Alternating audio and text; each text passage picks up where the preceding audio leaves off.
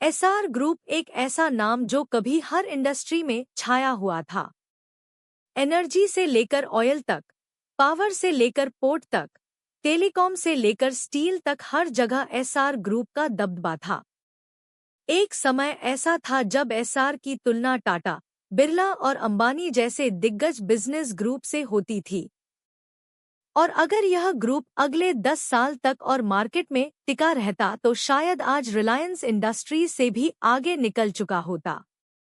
लेकिन उनकी एक गलती की वजह से लाखों करोड़ों का यह बिजनेस एम्पायर मिट्टी में मिल गया। जो कंपनी कभी अंबानी का कॉम्पिटिट हुआ करता था, आज ज्यादातर लोग उसका नाम तक नहीं जानते। शायद आप भी नहीं। कभी उन पर अपने बिजनेस राइवल्स के फोन टैप करने का इल्जाम लगा तो कभी 2G स्कैम में उनका नाम आया। कर्ज का आंकड़ा बढ़कर 2 लाख करोड़ को भी पार कर गया। लेकिन एसआर की कहानी बाकी कंपनीज की तरह सिर्फ राइज एंड फॉल की नहीं है। इस कंपनी ने कमबैक किया और दोबारा से $1 बिलियन कंपनी खड़ी कर दी।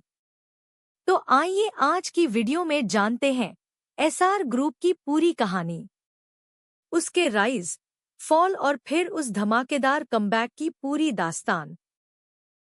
एसआर की कहानी शुरू होती है साल 1943 में, जब एक मारवाड़ी बिजनेस फैमिली में शशिकांत रुया का जन्म हुआ और कुछ ही सालों बाद उनके छोटे भाई रवि रुया भी इस दुनिया में आए।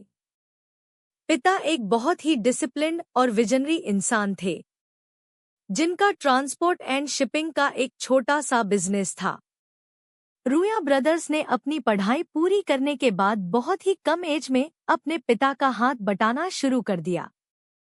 हालांकि शशिकांत रुया को हायर एजुकेशन के लिए विदेश भेजने की तैयारी थी, लेकिन इस गोल्डन अपॉर्चुनिटी को छोड़ते हुए उन्होंने अपने पिता के साथ बिजनेस में काम करने का फैसला किया।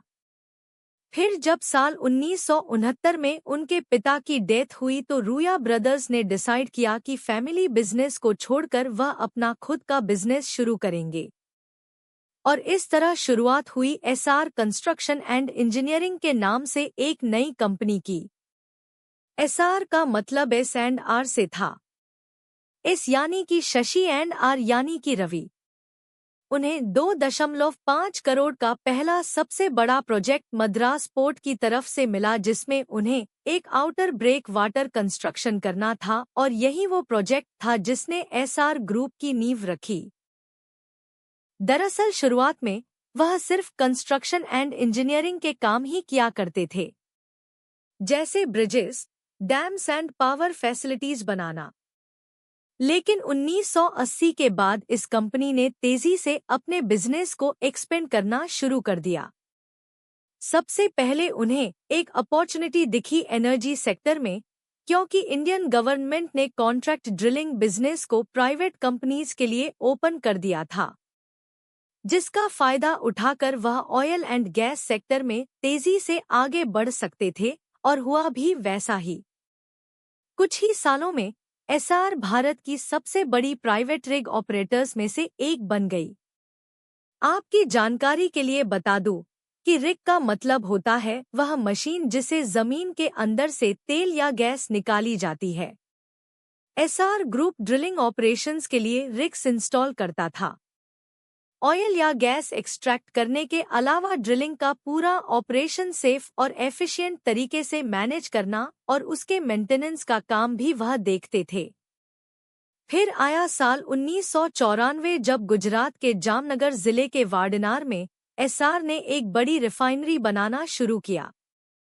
सब कुछ सही चल रहा था, लेकिन 98 में एक बड़ा साइक्लोन आता है। रिफाइनरी साइट को बुरी तरह डैमेज करता है, जिससे काम वहीं रुक जाता है। लेकिन एक बात उनके लिए यह अच्छी रही कि 90 के दशक में ही एसआर ने एनर्जी के अलावा SR ports, SR power, SR steel और एसआर शिपिंग जैसी बड़ी कंपनीज को भी खड़ा कर लिया था। इसलिए रिफाइनरी साइट के डैमेज होने का उन पर कुछ ज्यादा असर नहीं पड़ा।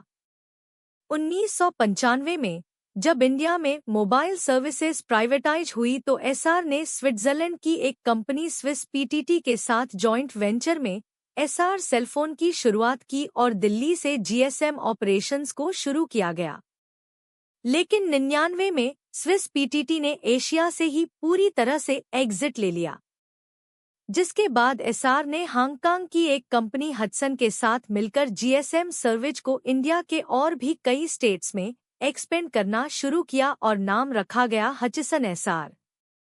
लेकिन फिर साल आया 2006 जब वोडाफोन ने 11.1 बिलियन में हिसन का पूरा 67% स्टेक खरीद लिया और हिसन एसआर अब बन गया वोडाफोन एसआर। अब एसआर ग्रुप पहले से ही टेलीकॉम सेक्टर में तो था ही, और 2006 के टाइम पर मोबाइल फोन भी तेजी से बिकना स्टार्ट हो गया था। फिर क्या था? इसी मौके का फायदा उठाते हुए उन्होंने द मोबाइल स्टोर्स के नाम से स्टोर्स खोलने शुरू कर दिए और देखते ही देखते 1000 से भी ज्यादा स्टोर्स खोलकर एसआर इंडिया की सबसे बड़ी मोबाइल रिटेल चेन बन गई।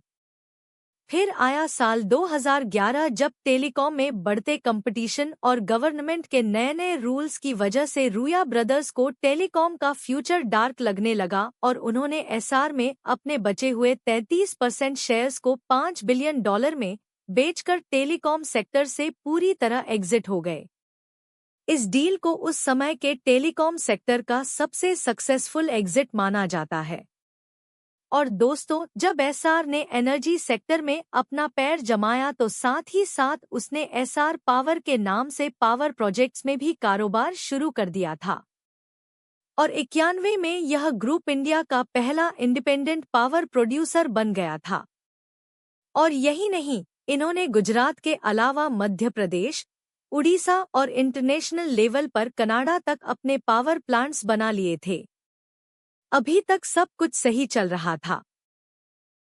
जिस चीज को यह छू रहे थे वह जैसे सोना बन जा रहा था, चाहे वह टेलीकॉम का बिजनेस हो, पोर्ट्स का बिजनेस हो, पावर का हो या शिपिंग का, हर चीज तेजी से ग्रो कर रही थी। लेकिन इन सब के साथ ही उन्होंने एसआर स्टील की भी शुरुआत की थी, जो उनके जिंदगी में मुसीबत लेकर आने वाली थी। कहानी में ऐसा ट्विस्ट आने वाला था कि सुनकर आपके होश उड़ जाएंगे। दरअसल हुआ क्या था कि उनका स्टील का बिजनेस ठीक चल रहा था, लेकिन रुया ब्रदर्स ने सोचा कि अब एसआर स्टील को नए तरीके से चलाने की जरूरत है और यही समय है स्टील सेक्टर में एक नया बेंचमार्क सेट करने का। और इसी थॉट के साथ उन्होंने गुजरात के सूरत में एक जगह है हजीरा, वहां 10 मिलियन टन्स पर एनम का इंटीग्रेटेड स्टील प्लांट इस्टेब्लिश किया। और वह भी एक ही जगह पर। ऐसा पहली बार हुआ था जब किसी प्राइवेट इंडियन कंपनी ने एक ही जगह पर इतना बड़ा प्लांट सेटअप किया हो। एसआर स्टील पूरी तरह से टाटा स्टील और जिंदल स्टील जैसे बड़े जॉइंट्स को टक्कर देने के लिए तैयार था। लेकिन कहानी यहीं खत्म नहीं होती, क्योंकि यह तो बस शुरुआत थी। इन दोनों भाइयों ने इंडिया के अलावा कनाडा, अमेरिका और इंडोनेशिया तक अपना झंडा गाड़ दिया। लेकिन दोस्तों, सक्सेस का दूसरा नाम होता है रिस्क, और रुया ब्रदर्स ने बहुत बड़ा जोखिम लिया था। जानते हैं क्यों? क्योंकि इस बिजनेस को उन्होंने कर्ज लेकर इतना बड़ा बनाया था। इकोनॉमिक टाइम्स की एक रिपोर्ट के अकॉर्डिंग साल 2002 तक केवल एसआर स्टील के ऊपर 2800 करोड़ का कर्ज था। लेकिन वे यहां भी नहीं माने। उनका प्लान था और कर्ज लेकर इस बिजनेस को और बड़ा बनाने का। लेकिन नेचुरल गैस की नॉन अवेलेबिलिटी और एनवायरमेंटल अप्रूवल्स में डिले की वजह से उनका एक्सपेंशन प्लान फेल होता गया और साल 2015 तक एसआर स्टील पर 49,000 करोड़ का कर्ज हो गया। इस समय company serious liquidity issue face कर रही थी, क्योंकि कमोडिटी के प्राइस डाउन हो गए थे और उनका एक्सपेंशन प्लान भी फेल हो गया था। एसआर के जो लेंडर्स थे आईसीआईसीआई एंड एसबीआई, वो यह प्लान कर रहे थे कि इस डेट को इक्विटी में कन्वर्ट कर लिया जाए। लेकिन रुया ब्रदर्स ने बोला कि वह कंपनी को बेचना चाहते हैं। एसआर के एक्विजिशन के लिए दो बायरर्स सामने आए, आर्सेलर मित्तल और वेत्ता। लेकिन फिर आता है कहानी में ट्विस्ट। ट्विस्ट यह था कि दोनों बायरर्स कंपनी खरीदने के लिए एलिजिबल ही नहीं थे और उनसे जब यह बोला गया तो आर्सेलर मित्तल सुप्रीम कोर्ट चला गया। लेकिन कोर्ट ने यह आर्डर दिया कि आपको अपने ऊपर के सारे कर्ज पहले चुकाने होंगे, तभी आप एसआर स्टील को खरीद सकते हैं। उसके बाद आर्सेलर मित्तल ने अपना 7,500 करोड़ का सारा लोन रीपे किया और फाइनली 16 दिसंबर 19 को सुप्रीम कोर्ट के अप्रूवल के बाद आर्सेलर मित्तल ने एसआर स्टील को एक्वायर कर लिया और एसआर स्टील अब बन गया आर्सेलर मित्तल निप स्टील इंडिया लिमिटेड, क्योंकि यह एक जॉइंट वेंचर था आर्सेलर मित्तल और निप स्टील कॉरपोरेशन के बीच। अब आप सोच रहे होंगे कि एसआर ग्रुप का सिर्फ स्टील वाला बिजनेस बिका था, तो आखिर और बिजनेसेस का क्या हुआ? दोस्तों, एसआर ग्रुप के और भी बिजनेसेस का हाल भी कुछ ऐसा ही था।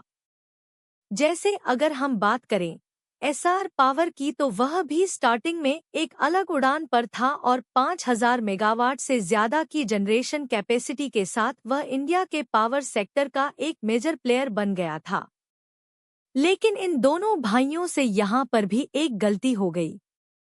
गलती यह थी कि जब भी कोई पावर प्लांट या थर्मल प्रोजेक्ट शुरू किया जाता है तो उसे फ्यूल लिंकेज और long term power purchase agreement के साथ शुरू किया जाता है, ताकि उनके पास लंबे समय के लिए बिजली बेचने के लिए एग्रीमेंट हो और वे लॉस में ना जाएं। लेकिन रुया ब्रदर्स ने अपने बिजनेस को बढ़ाने के लिए बिना पीपीएस के मल्टीपल थर्मल प्रोजेक्ट्स एक साथ शुरू कर दिए, सिर्फ इस भरोसे कि जब प्लांट बन जाएगा तो प्रोजेक्ट्स खुद आ जाएंगे। लेकिन उनके पास कोई भी लॉन्ग टर्म बायर्स नहीं आया। बिजली जनरेट होने के बाद उसे बेचने का कोई सिस्टम ही नहीं था, जो लिक्विडिटी क्राइसिस का एक बहुत बड़ा रीजन बन गया, जिस वजह से बिना लॉन्ग टर्म पीपीएस के प्लांट बनाना एक गलत डिसीजन साबित हुआ। और यही नहीं, सिर्फ एसआर पावर के एक्सपेंशन के लिए भी उन्होंने 20,000 करोड़ का कर्ज लिया हुआ था। लेकिन रेवेन्यू न आने की वजह से इसका इंटरेस्ट चुका पाना भी मुश्किल हो गया। रही सही कसर साल 2014 में तब पूरी हो गई, जब करप्शन और इल्लीगल एलोकेशन के चलते सुप्रीम कोर्ट ने 204 कोल ब्लॉक्स को कैंसिल कर दिया, जिसमें एसआर पावर का झारखंड ब्लॉक भी शामिल था, जिसकी वजह से यह प्रोजेक्ट अधूरा ही रह गया।